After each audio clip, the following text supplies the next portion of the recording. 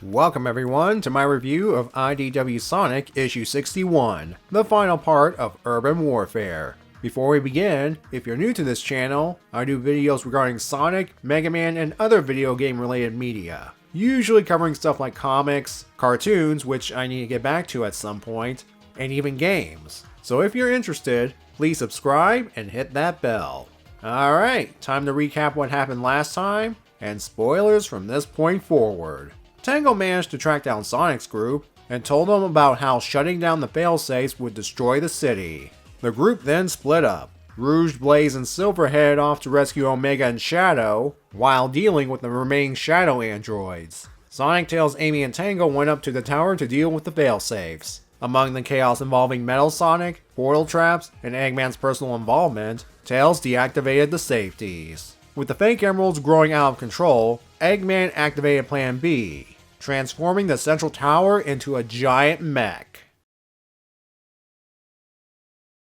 Silver finally is able to reach Shadow, who tells him to get away. The energy building up is too much to handle. Silver is not going to give up, and tells Shadow not to as well. In fact, Silver pokes at Shadow's ego, pretty much saying, "You're gonna let some rock have control over the ultimate life form?"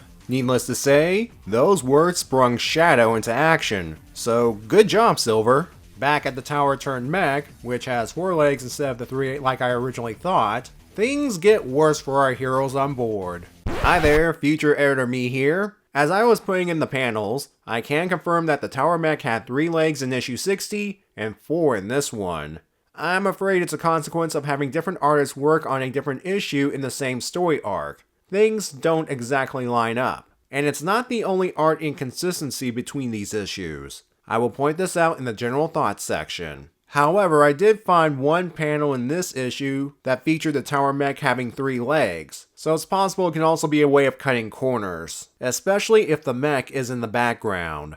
Anyway, back to your regularly scheduled review. Eggman successfully captures Sonic in a portal trap. Without him, Metal Sonic easily handles Tails and Amy. Tangle tries to help, but discovers she's fully solid again. Eggman gets the drop on her, and when Tangle raises her tail to punch his head, he has the perfect response pointed at hers. Yikes. It looks like this is it until Lanolin arrives, followed by Whisper using her hammer to knock Eggman away. Amy must be so proud right now. Tails figured with the city's computers offline, those caught in the portal traps would shift back to normal space. That means Sonic's imprisonment only lasted a minute or so. I'm okay with this because it was established in a previous issue that Eggman's power fluctuation almost shifted the new Diamond Cutters back into normal space. Our heroes bail from the tower, even Sonic after advocating weapon safety in his own way. At the same time, Shadow has created a column made up of fake emeralds, giving our characters a place to land.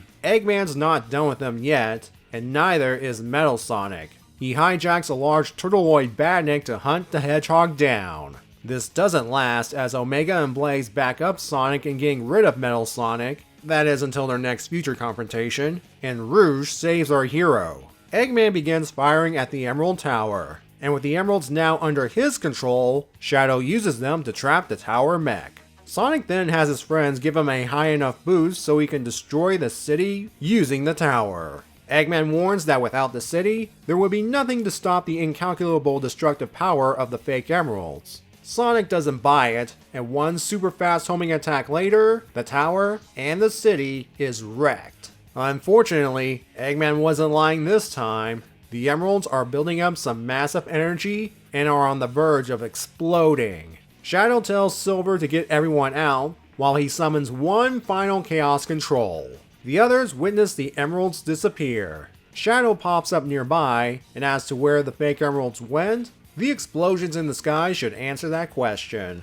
Looks like pretty fireworks. Sometime later, everyone's having a nice picnic.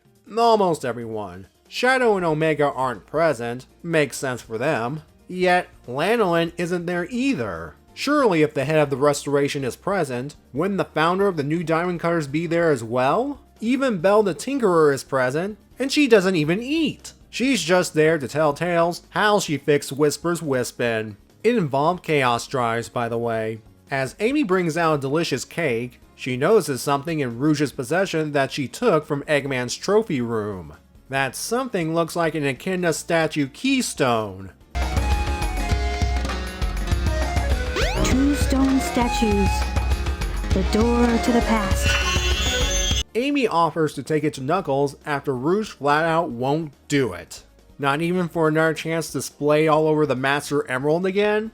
We end the issue, and the story arc, with everyone discovering Sonic has bailed once more, looking for new adventure. Come on, dude, stick around for some cake at least.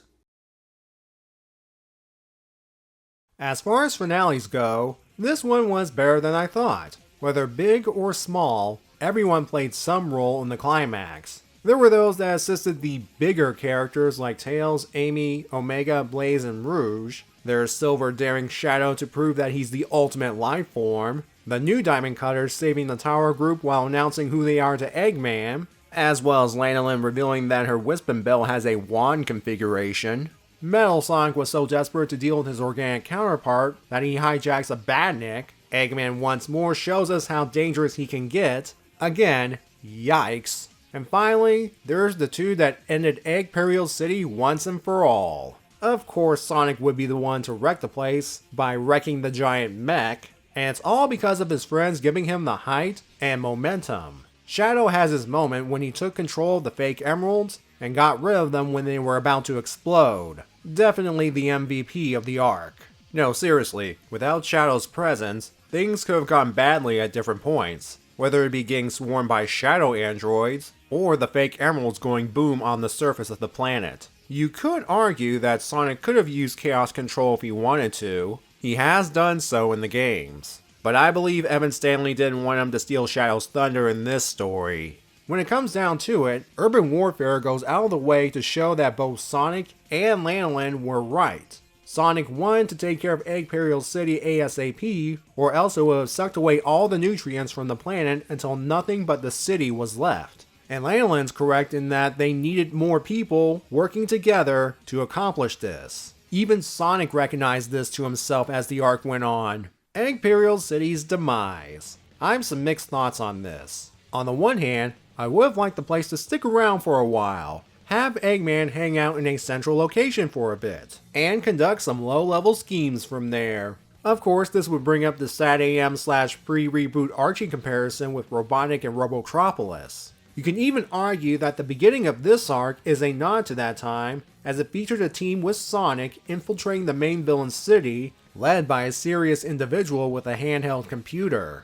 I wonder if the writers intended to start with this homage before it turned into an open warfare situation that led to the city's destruction. Anyway, even though the city existed since at least issue 49, I felt it could have stuck around for at least one more arc before destroying it. But on the other hand, I get why it had to go. This is a more game-centric universe, and Eggman loses things to Sonic all the time, only for the Doctor to bounce back with another big scheme. And Eggperial City is, in the end, another scheme. One that needed to be dealt with as soon as possible, lest it become a worldwide problem a la the Metal Virus. And I don't think the people, both in and out of universe, can go through that again. Overall, Urban Warfare is a slightly above average affair, elevated by the character interactions, along with some winks and nods, the establishment of a new group that successfully disrupted Eggman's plans like they said they would, building off a concept established in one of the games,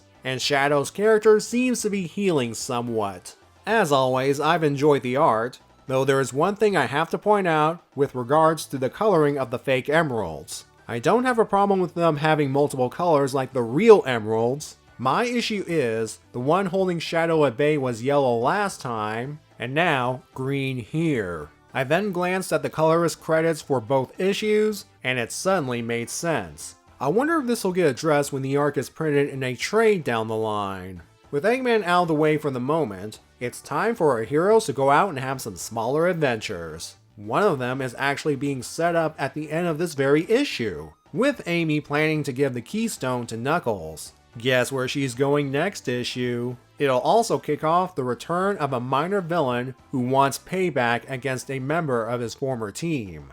And with that, I'll see you in issue 62.